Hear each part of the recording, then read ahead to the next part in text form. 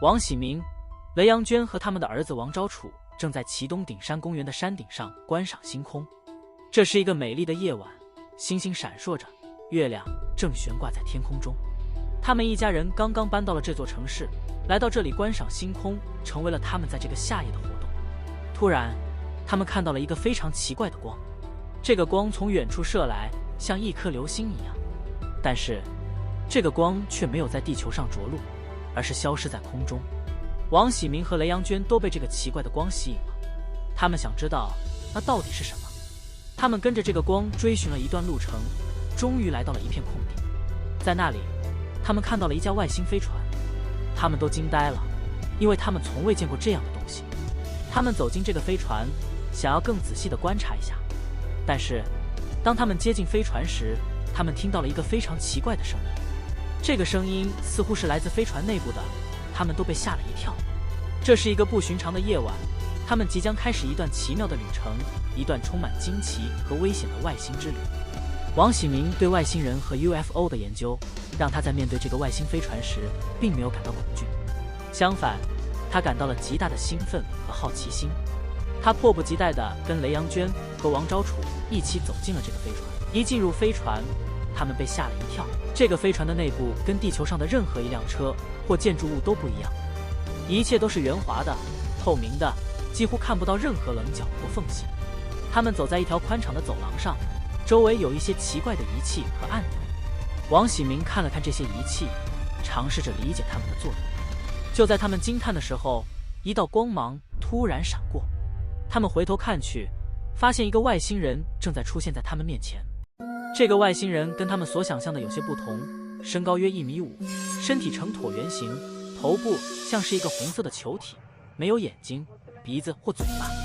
他似乎能够用意念与人类进行交流。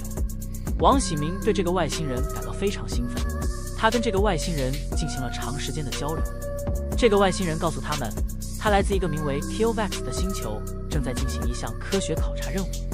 他们非常感谢王喜明一家人的好奇心，因为这意味着他们可以与地球人进行更深入的交流。在这段交流中，王喜明得知了很多关于外星人和宇宙的知识，比如外星人对于地球文明的观察，宇宙中存在的其他生命形式，他们的科技水平等等。这让王喜明对宇宙的认知更加深入和广泛。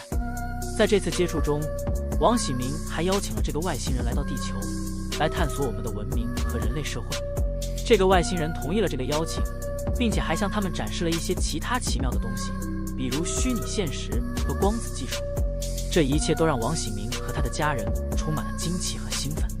王喜明心中感到一阵熟悉的兴奋，因为这不是他第一次与外星人接触了。他意识到这位友好的外星人并没有敌意，这让他感到非常宽慰。王喜明知道要与外星人交流，需要一种通用语言，于是他开始用简单易懂的英语与外星人交流。外星人的语言是一种陌生的语言，但王喜明能够听懂。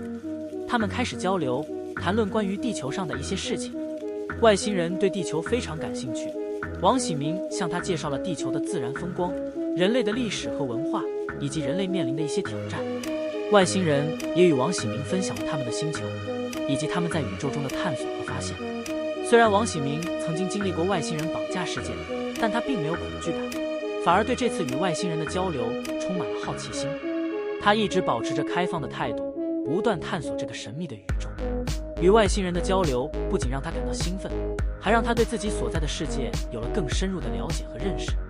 王喜明和外星人之间的语言障碍确实存在，但是外星人似乎拥有一种高级的翻译设备，能够及时翻译任何语言，这让他们能够用简单的英语进行交流。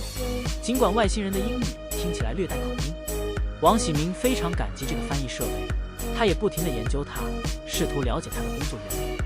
这个翻译设备不像一般的翻译机，它更像是一个小型电子设备，可以精确地捕捉人类语言的细微差别，并将其翻译成外星人所能理解的语言。虽然翻译设备可以确保他们的对话顺畅，但是有些复杂的概念和词汇仍然需要更深入的解释。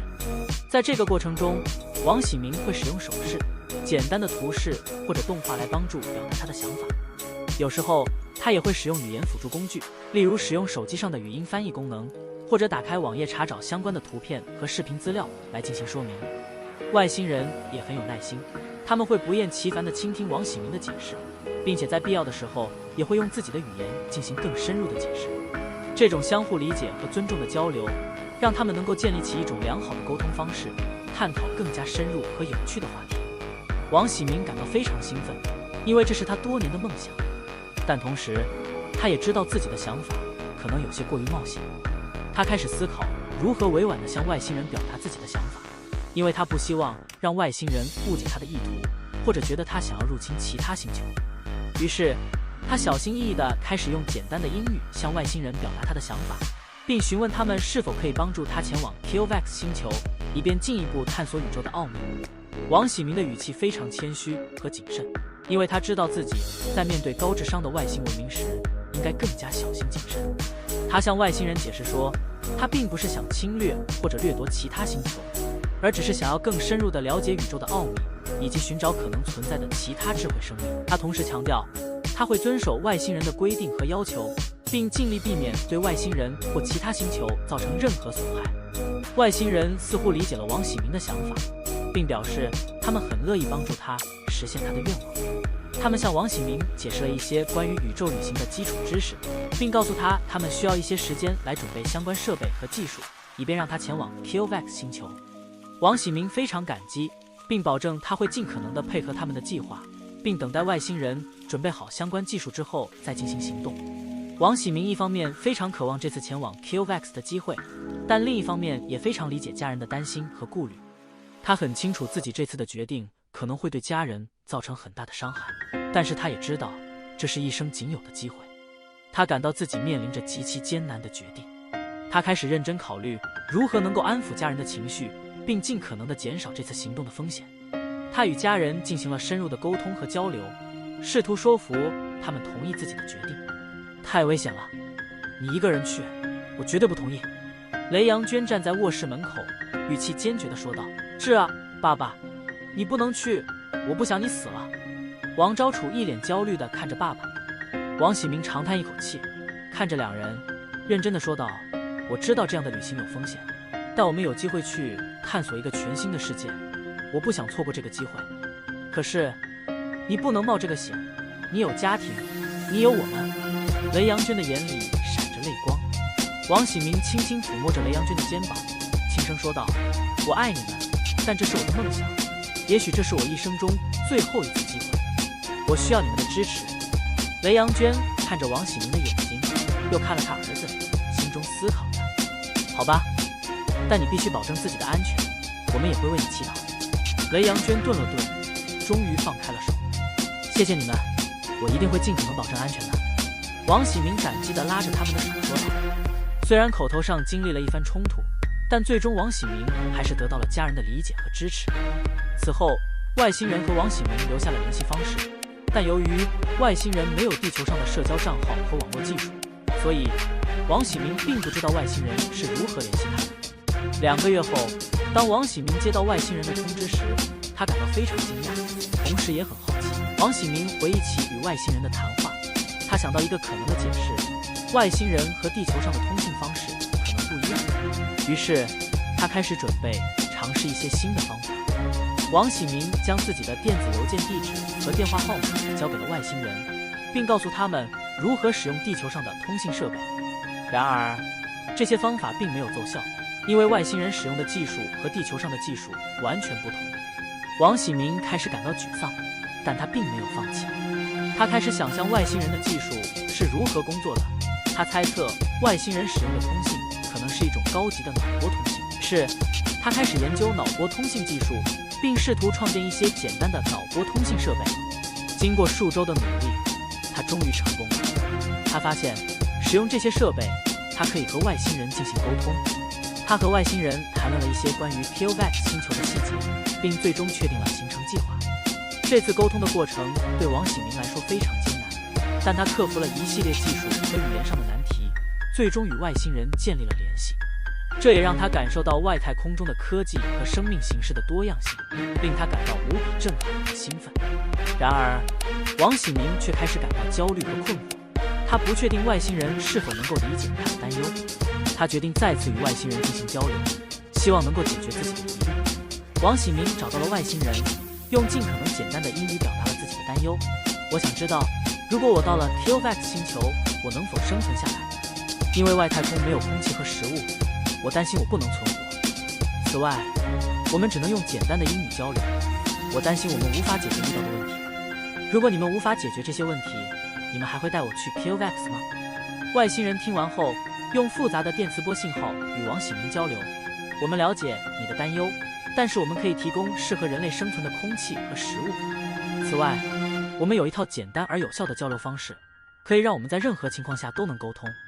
我们会确保你的安全和舒适，并为你提供所需的一切。听到外星人的回答，王喜明松了一口气，他开始相信这次旅行是值得冒险的。他感谢外星人的关心和帮助，并决定积极准备前往 Kilvax 星球的事宜。一个新的问题又出现了。王喜明深知在外太空旅行中跟家人保持联系的重要性，但是面对网络和通讯的限制，他感到十分无奈。他开始思考如何解决这个问题，同时也意识到他需要做好最坏的打算。于是，王喜明开始积极寻找一些替代方案，包括研究与外星人交流的新方式，寻找一些通讯技术上的突破，以及探索一些新的传送和跃迁技术，以便在需要时能够快速返回地球。他在旅途中不断地思考和探索，试图找到一个可行的解决方案。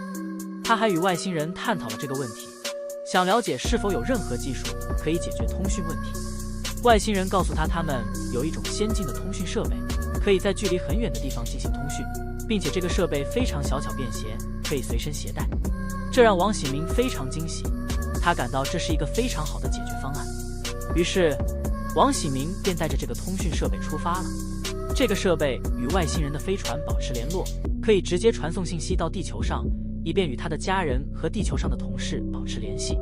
这个设备的技术十分先进，能够快速传送信息，保证了他与地球上的联系畅通无阻。虽然在外太空旅行中依然会面临许多风险和未知，但王喜明心里有了一个安慰，他不会孤单，他能够与他的家人和朋友们保持联系，分享他在外太空的经历和探索。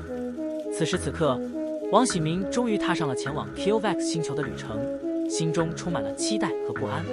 他望着地球和太阳系逐渐缩小，心中有些不舍，但更多的是对未知宇宙的好奇和渴望。他看到了许多神秘的星体和宇宙景象，看到了从地球上无法想象的美丽和壮观。当飞行器开始曲率飞行，进入超光速状态后，他看到了一幅美丽壮观的宇宙景象。他看到了无数颗星星在黑色宇宙中闪烁着，有些星星发出的光线如同流星一般划过漆黑的天幕，有的星星形成了熠熠生辉的星云，如同一朵朵云彩漂浮在宇宙的深处。而星云中的气体则散发出各种颜色的光芒，有红色、黄色、蓝色、紫色等等。此外，王喜明看到了几个神秘的星体，其中有一个非常大，犹如一颗闪烁着光芒的巨型水晶球，还有一个看起来像一个漩涡，不断旋转着，像是要吞噬周围的一切。另外，他还看到了一个巨大的星云，形状像是一只巨大的鸟，展开翅膀，展现着瑰丽的羽毛。这些景象让王喜明不禁惊叹，他感到自己仿佛置身于一个神秘、美丽、无限的世界中。这样的宇宙景象让他感到不可思议，也让他更加坚定了探索宇宙的信念。但随着时间的推移，他开始感到焦虑和孤独。在遥远的宇宙中，他感到自己的渺小和孤单。虽然他和外星人用英语沟通得越来越顺畅，但他还是感到很难适应这种完全不同的生活。他想起了妻子和儿子，想念他们的陪伴和支持。在外太空旅行期间，外星人带着王喜明参观了很多神秘的星系和行星，让他目睹了许多人类从未见过的景象。当王喜明正在欣赏一个巨大的彗星时，外星人突然问起了地球上的音乐。王喜明听了外星人的问题后，立刻变得兴致勃勃。他和外星人分享了一些自己最喜欢的音乐和歌手，并且还向外星人介绍了一些中国传统音乐的元素。外星人也非常感兴趣，让王喜明给他演奏了一首中国古筝曲子。这一次交流让王喜明忘记了离开地球和太阳系的不舍，也让他与外星人更加亲近。当王喜明正在观察一颗非常神秘的星球时，外星人突然问他，地球上有没有好玩的段子？我想听笑话。王喜明犹豫了一下，不知道外星人是否能理解人类的幽默，但是他还是毫不犹豫地回答：“当然啦，我给你讲个冷笑话，希望你的笑容不会凝固在你的脸上。”外星人有些疑惑：“什么是冷笑话？”王喜明解释道：“就是说不好笑，但是听起来还是会让人嘻嘻哈哈的。”“好的，来，给我讲一个。”外星人兴致勃勃地说道。王喜明侃侃地说道：“有一只蜗牛想要去参加赛跑比赛，但是其他的蜗牛都笑话它太慢，最后它只好穿上红色的鞋子。到了比赛的时候，蜗牛们都在大声喊叫，但是只有一个蜗牛没有声音。他看了看旁边的蜗牛，问道：为什么你不说话呢？”蜗牛回答道：“我穿上红鞋子的时候，我已经忍不住大笑了。”外星人听完后有些莫名其妙，不知道为什么要穿红色的鞋子才能笑，但是王喜明的搞笑表情让他感到很有趣，所以他也跟着咯咯笑起来。之后王喜明又兴致勃勃地跟外星人聊起了自己喜欢的电影。他说有一部电影叫做《E.T.》，就是一个外星人不小心掉在了地球上，被一个小男孩救了，然后他们变成了好朋友，一起冒险，最后外星人回到了自己的星球。外星人听得一脸茫然，王喜明赶紧解释道：“这个外星人非常可爱，他的手指很长，能够发光。他们的星球是一个非常神奇的地方，到处都是奇形怪状的植物和动物，非常漂亮。而且外星人和小男孩之间的友谊也非常感人，让人忍不住感动。”外星人眼睛一亮，开始对这个电影感兴趣。王喜明顺势继续介绍，还有一部电影叫做《银河系漫游指南》，它讲的是一只小猩猩和一个地球人被卷入了银河系的宇宙历险，遇到了一群非常有趣的外星人。这些外星人长得非常奇特，有的长得像章鱼，有的像口香糖一样会粘在地上，非常好笑。外星人听了之后也开始开心地笑了起来。王喜明看着外星人的反应，心里感到非常开心。他知道即使来自不同的星球，也可以用电影这个共同的语言交流和沟通。王喜明的眼前出现了一片陌生而又神秘的星系，太阳系中的任何一个星球都无法与之相比。在外星人的引领下，飞船穿过了数以百计的行星和卫星，它们的形态各异，有些环绕着星球旋转，有些散落在星际空间中。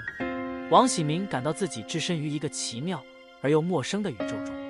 当王喜明的飞船经过一颗绿色的行星时，他看到了一群看起来像蝴蝶一样的外星生物，它们在空中飞舞，翅膀上闪烁着七彩光芒。